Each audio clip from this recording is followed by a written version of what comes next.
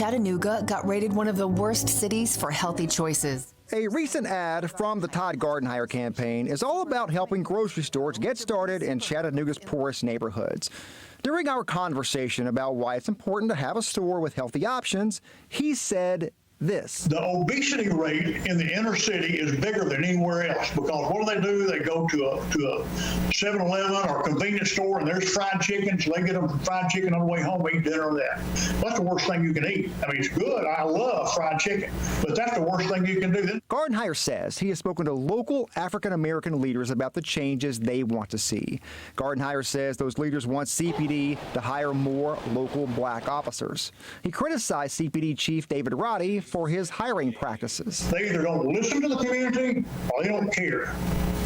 I challenge the chief of police to respond to that. Our interview was long and at times confusing.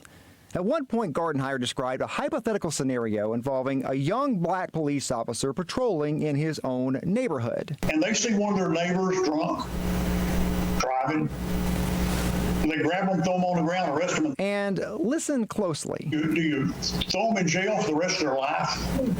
No, you say, look, Todd, we're going to take you home. Don't do this again. I know your mama. I know your daddy. Gardenhire appears to suggest if an officer personally knows people who commit crimes, such as a DUI, instead of making an arrest, they should take them home. The scenario that you were talking about, something about a DUI and all this, I mean, and then you mentioned someone not taking to jail. Are you advocating for that, for not taking?